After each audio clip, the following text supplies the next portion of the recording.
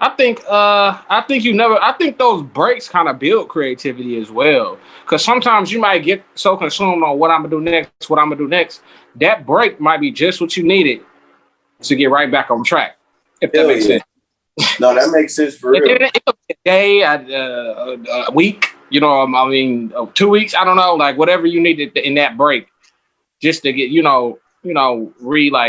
reevaluate what you want to do next. Refreshing that shit. Refreshing that shit.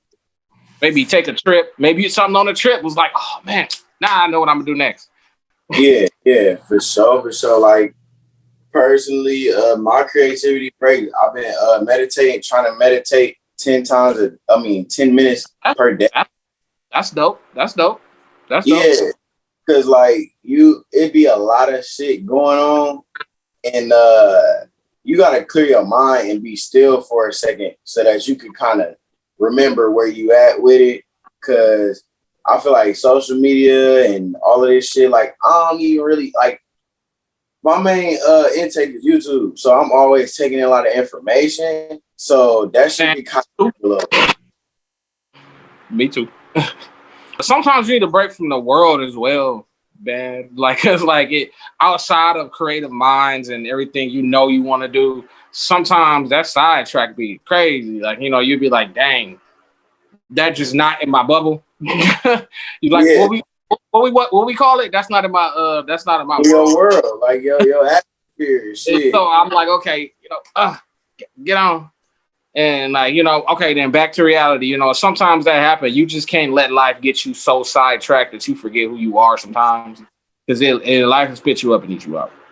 Hell yeah, like fucking Eminem shit, reality, gravity, all that shit, nigga. Like living in the moment versus living in the future, thinking about the past type shit. That shit all will I culminate feel shit. like all kind of go together to some extent.